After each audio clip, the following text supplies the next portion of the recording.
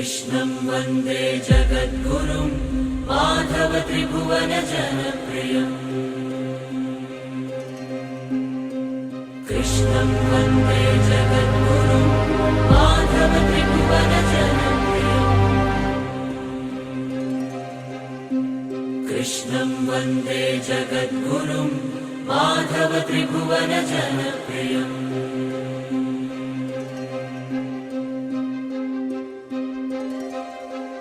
ఓం శ్రీకృష్ణ సద్గురవే నమః.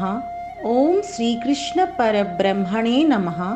కృష్ణం వందే జగద్గురుం. శ్రీమద్భగవద్గీత శ్లోకపారాయణ అథ అష్టాదశాధ్యాయః మోక్షసన్యాసయోగః. 75వ శ్లోకం. వ్యాస ప్రసాదాచ్యుతవాన్ ఏతద్గుహ్యతమం పరం యోగం యోగేశ్వరాత్ కృష్ణాత్ సాక్షాత్ కథయత స్వయం.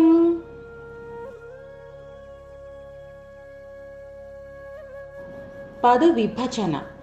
వ్యాస ప్రసాదాత్ శ్రుతవాన్ ఏతత్ గుహ్యతమం పరం యోగం యోగేశ్వరాత్ కృష్ణాత్ సాక్షాత్ కథయతః స్వయం. తాత్పర్యం: శ్రీ వేదవ్యాస మహర్షి యొక్క అనుగ్రహం వల్ల అతి రహస్యమైనది, చాలా శ్రేష్టమైనది అయిన ఈ యోగ శాస్త్రాన్ని అర్జునుడికి స్వయంగా యోగేశ్వరుడు అయిన శ్రీకృష్ణుడు చెబుతుండగా నేను ప్రత్యక్షంగా విన్నాను అంటూ ఆనందంగా చెప్పాడు సంజయుడు.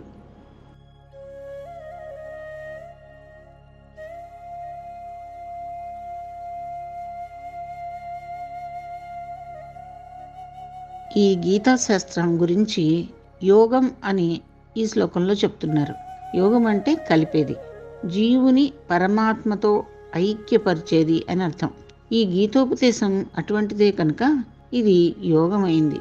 అంతేకాకుండా ఇది పరమ రహస్యమైనది, సర్వోత్కృష్టమైనది అని ఈ శ్లోకంలో చెప్పారు.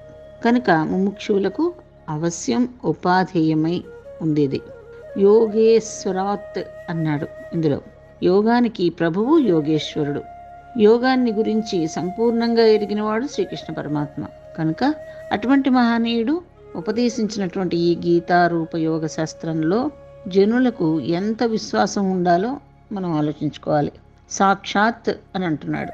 శ్రీ వ్యాసుల అనుగ్రహం చేత గీతాశాస్త్రాన్ని ప్రత్యక్షంగా తాను వినగలిగాను అని సంజయుడు తెలియజేస్తున్నాడు. ఇది ప్రూఫ్ అన్నమాట. శ్రీ వ్యాస మహర్షి సంజయుడికి దూరశ్రవణ దూరదర్శన శక్తిని ఇచ్చినందువల్ల రణరంగంలో జరిగిన ఈ సంవాదాన్నంతటినీ ఇంటి నుంచే అతడు వినగలుగుతున్నాడు, చూడగలుగుతున్నాడు. కనుక సంజయుడు ధృతరాష్ట్రుడికి చెప్పినటువంటి ప్రత్యక్ష ప్రమాణమే అన్నమాట ఇది. ధృతరాష్ట్రుడికి నమ్మాల్సిన ఇదేమీ లేదు కదా. ఇక్కడ ఏం చెప్తున్నాడో పాండవుల మీద పక్షపాతంతో అటువైపుగా మాట్లాడుతున్నాడేమో అని అనుమానం వస్తుంది ధృతరాష్ట్రుడికి. కళ్ళు లేవు కాబట్టి, చూడలేడు కాబట్టి నేను స్వయంగా చూస్తున్నాను నైనా అని చెప్పి ప్రూఫ్ లాగా చెప్తున్నాడు అనమాట. సాక్షాత్తు భగవంతుని ముఖతః గీతాబోధ ఏ ప్రకారం వెలువడిందో దానిని ఉన్నట్లుగా అతడు చెప్పగలిగాడు. ఈ ప్రకారంగా సంజయుడు చెప్పినది సాక్షాత్తు భగవత్ ప్రోక్తమైన వాక్యాలే అవడం వల్ల గీతా గ్రంథంపై అందరికీ కూడా విశ్వాసం ఉండాలి. స్వయం అని చెప్పడం వల్ల భగవానుడు స్వయంగా బోధించిన ఉపదేశం అవడం చేత దీనికి అపరిమితమైన విలువ కూడా ఉంది. వ్యాసుల వారిలో భేద జ్ఞానము, వివేక శక్తితో దాన్ని పోగొట్టడము అనే 2 గుణాలు సంగమించి ఉన్నాయి. గురువుగా వ్యాసుల వారికి పోగొట్టవలసిన సాపేక్షకత్వం గురించిన వైనము తెలుసు, దాన్ని పోగొట్టగలిగే వివేచన తెలుసు. అర్జునుడనే సాధకుడు ముందుగా భేద జ్ఞానంతో ఇంద్రియాల వైపు ఉండాలా, వివేకం వైపు ఉండాలా అని తేల్చుకోలేని స్థితిలో ఉన్నాడు. సంవాదం అయిపోయే వేళకి సోహం భావం సిద్ధించి భేద జ్ఞానం కాస్త పోయింది. యోగేశ్వరేశ్వరుడైన కృష్ణుడు సాధక ప్రజల్ని ఆకర్షించి మరీ ముక్తినిస్తాడు. కృష్ణార్పణం.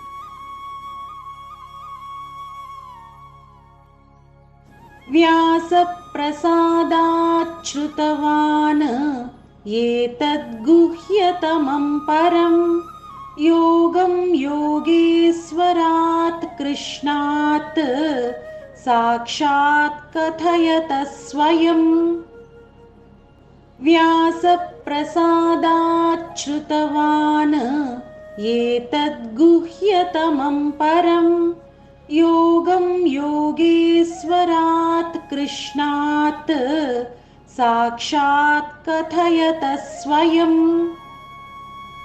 व्यासप्रसादाच्छ्रुतवान् एतद्गुह्यतमं परं योगं योगेश्वरात् कृष्णात् साक्षात् कथयतः स्वयम्।